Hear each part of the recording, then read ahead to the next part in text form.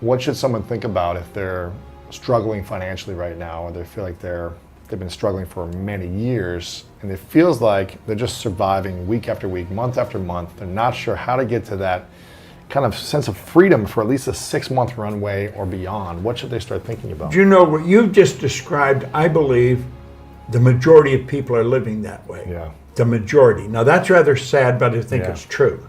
And it's because we only have one problem in the whole world, and that's ignorance. They're living in ignorance. They don't know that what they're doing is going to keep them where they are.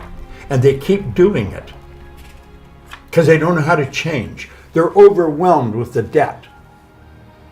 People are saying, I need the money. They haven't got it. They want to take their family on a vacation. They don't have the money to go. So they may borrow it and go anyway. Now they got more debt. They have to understand that they don't have to live that way. I wrote a book called You're Born Rich. The truth is you are. Most people are just a little short of money, but you are born rich, rich in potential. And then you focus on prosperity. You've got to have a financial goal. You've got to work toward it. And you've got to understand that you can earn more than you're earning.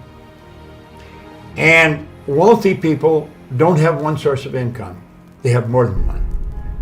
I was earning money all last night while I was sleeping. Yeah. You can actually earn more money when you're sleeping than you can spend when you're awake. Yeah. You know, it sounds like a cute line, but it's true. There's no end to what we can earn. If you are not getting information from someone who is already wealthy, then you're probably getting information from the wrong people. Most people ask their brother-in-law, or the guy next door, or the girl they know, how do I earn more? Hell, if they knew, they'd be earning it. They don't know. And most people talk to people that don't know. Carlyle put it very well. He said he did not believe in the collective wisdom of individual ignorance. And that's where most people are getting it from, people that don't know any more than themselves. I was on the fire department in a suburb of Toronto, and there was a man near there who became a friend of mine, Ray Stanford. He gave me a copy of Think and Grow Rich, and he said, Bob, if you do exactly what I tell you and read this book every day, you can have anything you want. Well, I mean, I was unhappy, I was sick, I was broke, and you know, you have anything you want. I thought it was nonsense. But he said something else. He said, listen, my way's working, yours isn't. He was happy, healthy, and wealthy. The guy always had money on him. And big, healthy guy. And he said, you're unhappy, sick, and broke. So he said, I must know something you don't know. Why the hell don't you do what I tell you?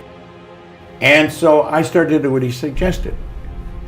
And he said, what do you really want? Well, all I wanted was some money. I was earning $4,000 a year at the time, and I owed $6,000. If I had paid everything I earned for 18 months, I would have just broken even. Wow. It was an impossible situation.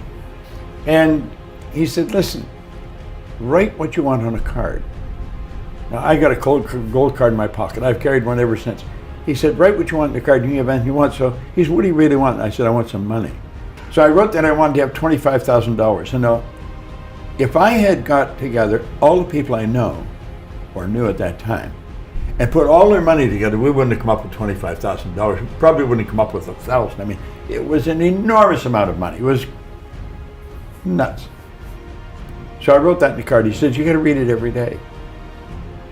And he keeps saying, did you read it? Did you read it? You know, so he got me reading it. And I reading the book or reading the card? No, read the gold card. The card, just a gold card. Read the gold card. I'm so happy and grateful now that I have $25,000.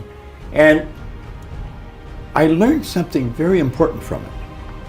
All I thought about prior to that was debt, because people are always phoning me, when are you going to pay me? If you think about debt, you're going to be in debt forever. Yeah. You become what you think about. Well, this gold card got me thinking about earning money. I never thought of earning money before. I thought about debt all the time.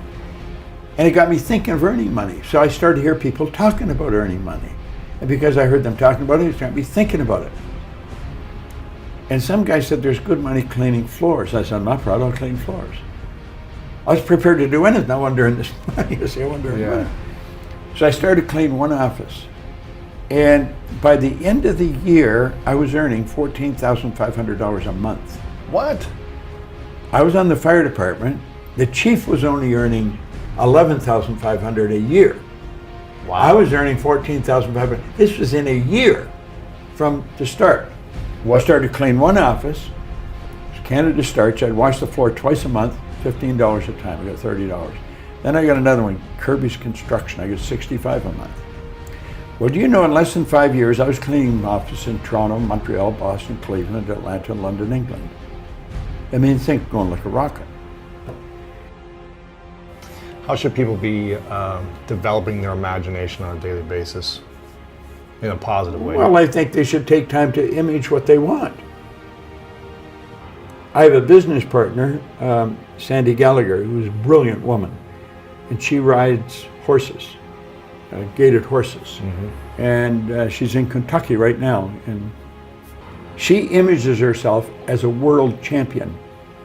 Every day, she takes the time and she sees herself as a world champion. She sees herself getting the roses, getting the whole thing. And that's the way you should do it. I think you build the image of what you want.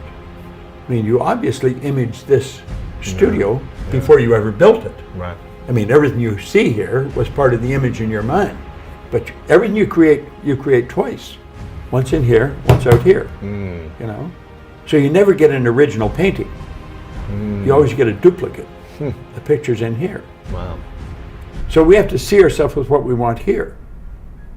Now we've got enormous deterrent in our paradigm. We're conditioned genetically and environmentally. And that conditioning is controlling most people's lives. That's why brilliant people are broke. Brilliant people are unhappy. Brilliant people never really accomplish very much. They're absolutely brilliant, but their paradigm is controlling them. It's all about intellect. I'm firmly convinced if a person doesn't understand a paradigm is nothing but a multitude of habits. They're programmed into your subconscious mind to control your behavior. It's got nothing to do with how smart you are. It's got nothing to do with what your formal education is. It's got nothing to do from which side of the tracks you come from. It has to do with your paradigm. The paradigm is a program in your subconscious mind. It's both genetic and environmental that's controlling your behavior. Everyone that can hear my voice knows how to do better than they're doing. And they may wonder, why don't I do it? It's because you're programmed to do what you're doing. Yeah. And until you change the program, nothing's going to change. Paradigm has to be changed. Most people live through their senses because we're programmed to do that. Literally, we're programmed genetically and then environmentally to go by what we hear, see, smell, taste, touch. But you know, I have a dog at home that can hear, see, smell, taste, touch. All animal life operates through senses. We've been created in God's image. We have these higher faculties. We are creative beings, literally. We have perception, the will, reason, imagination, memory, and intuition. They're the faculties that make us separate from everything else. Like, all the other little creatures on the planet are completely at home in their environment. We're the only creature that's totally disoriented in our environment. And that's because we've been given the faculties to create our own environment. Right. But we've never been taught how to use them. What does the power of generosity do for the other person and do for you, the giver? Givers gain. I think the giver enjoys more than the receiver.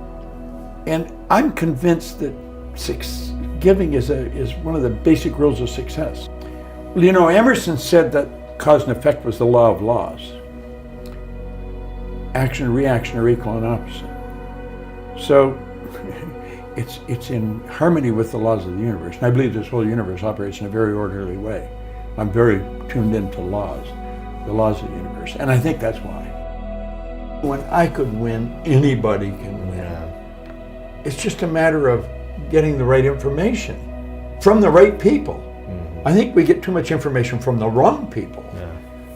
And personal development today is such a well-known thing that for anybody not to be developing themselves personally is rather sad, I think. You know? So we have to help them as all we can.